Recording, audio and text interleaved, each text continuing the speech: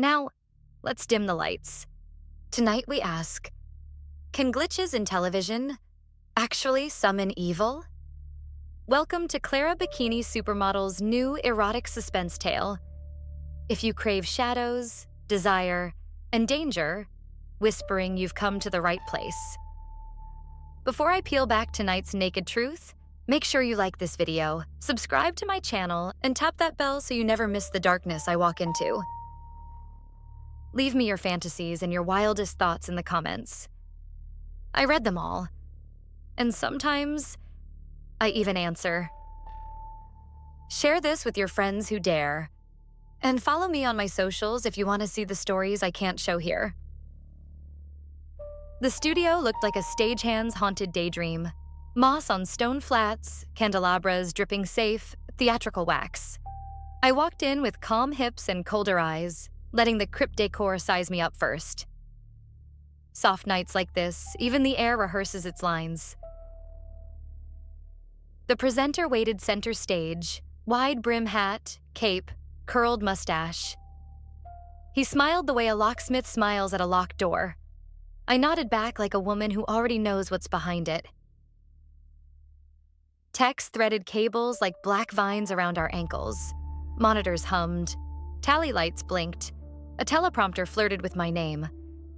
Matter of fact, I could feel the room warming to me. Admiration with a splash of accusation. The usual cocktail. We rolled live. The theme stinger tried to sound brave. Brave is a funny choice when your set looks like a cemetery that got a TV grant. The host purred that we'd be taking questions from adoring fans. Then she rose from the audience. Pale skin, velvet corset dress, long crimson hair spilling like spilled wine. Her eyes didn't search for me. They found me. The mic reached her hand like it had been waiting to be chosen. She didn't ask a question, whispering. She exhaled syllables older than this building, older than its foundations, older than microphones. Every sound slid through the PA like radio static through a cathedral. The house lights flickered, just a flirt. Tense camera pedestals shivered on their own and pushed in, hunting my face like it owed them a confession. Somewhere above, a dimmer sighed as if relieved to finally fail. On the desk, a leather-bound production Bible flapped open, pages riffling against no wind. Letter forms crawled into new shapes, ink sweating through the paper. I've seen props. This was not a prop. The presenter's smile widened one notch past human. He held the beat like a maestro waiting for the first scream in his overture. Lo, I recognized complicity. Ritual loves an audience. The crimson-haired woman's whisper thickened into rhythm. The sound desk bled a sub-frequency that crawled beneath my skin like cold lace. Awe. Neon signs on the set blinked in perfect time, as if the word itself had learned to conduct electricity. First row, second chair. His eyes rolled white, then clicked back empty. He smiled, slow and wrong, like a marionette told a private joke.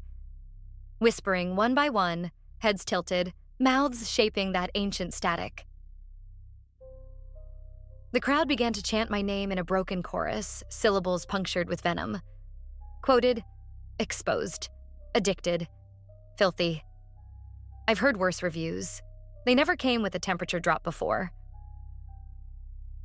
A jib arm swung overhead without a hand on the controls, searching for a halo shot, probably mine. Cables uncoiled across the floor, sleek as snakes learning the step and repeat. Tense. The air tasted like pennies and old tape glue. The presenter announced me again, voice velvet and void. He called me an icon, a mirror, a magnet for weak eyes and weaker morals. Resigned. He was buttering the altar with flattery and spite. The book's pages stopped on a woodcut of a woman in a spotlight. Hands empty, spine unbroken. The caption, in the oldest font I've ever hated, read, "Offer her image, slows down." So that was the plan.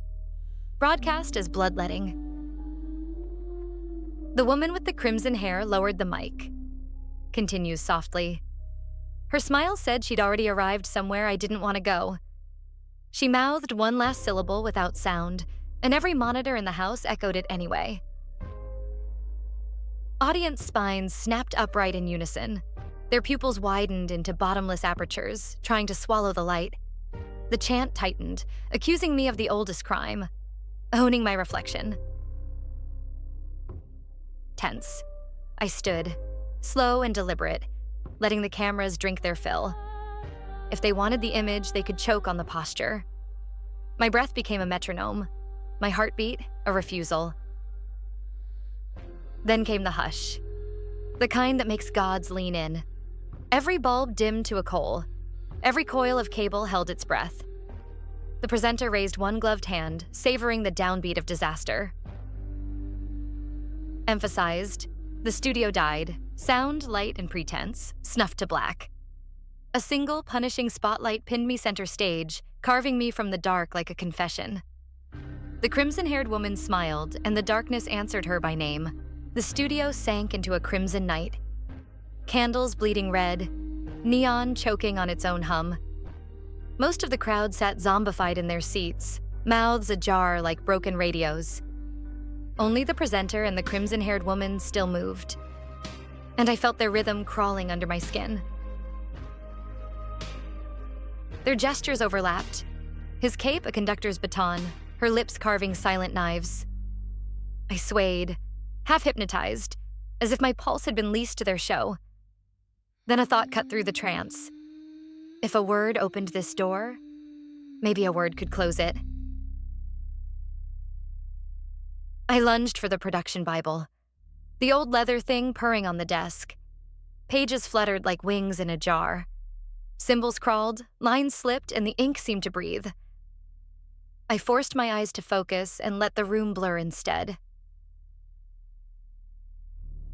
There, an engraving. A man and a woman wearing the presenter's grin and her crimson crown. A caption in the ancient tongue coiled beneath them. My mouth remembered sounds I'd never learned. The syllables tasted like iron and static. I pointed at the presenter and spoke the first line. His smile twitched, one notch past charm into fracture. The second line landed in his bones. He staggered, cape sagging like a torn curtain. Ritual doesn't love being read back to itself. I turned to the crimson-haired woman and gave her the rest. Her porcelain face spidered with glowing cracks. Hair rose like smoke in reverse. She tried to answer with silence, but the word I spoke answered for her, and it wasn't kind. The audience shuddered. Seats rattled. A red cyclone uncoiled from the rafters, swallowing cameras, ripping cables from the grid. The on-air sign shattered into sparks, like fireflies learning to scream. I clutched the book and moved. Smoke, glass, and crimson wind. The presenter's bodies sagged into zombie figures. Eyes emptied, gestures stuck on loop. I read the final counterline, and the cyclone snapped toward the ceiling, gnawing at the dark until it tore. I found the exit by feel. Cold metal, trembling hinges, the simple truth of a door. Dawn leaked through the seam like mercy. I pushed, dragging the book against my ribs, every breath loud enough to trip the alarms in heaven. Outside, the sky was rinsed clean, blue washing the last crimson from my eyes. Behind me, the studio coughed once and went quiet. I survived the broadcast, but the language lingers on my tongue, like a tune that knows my name.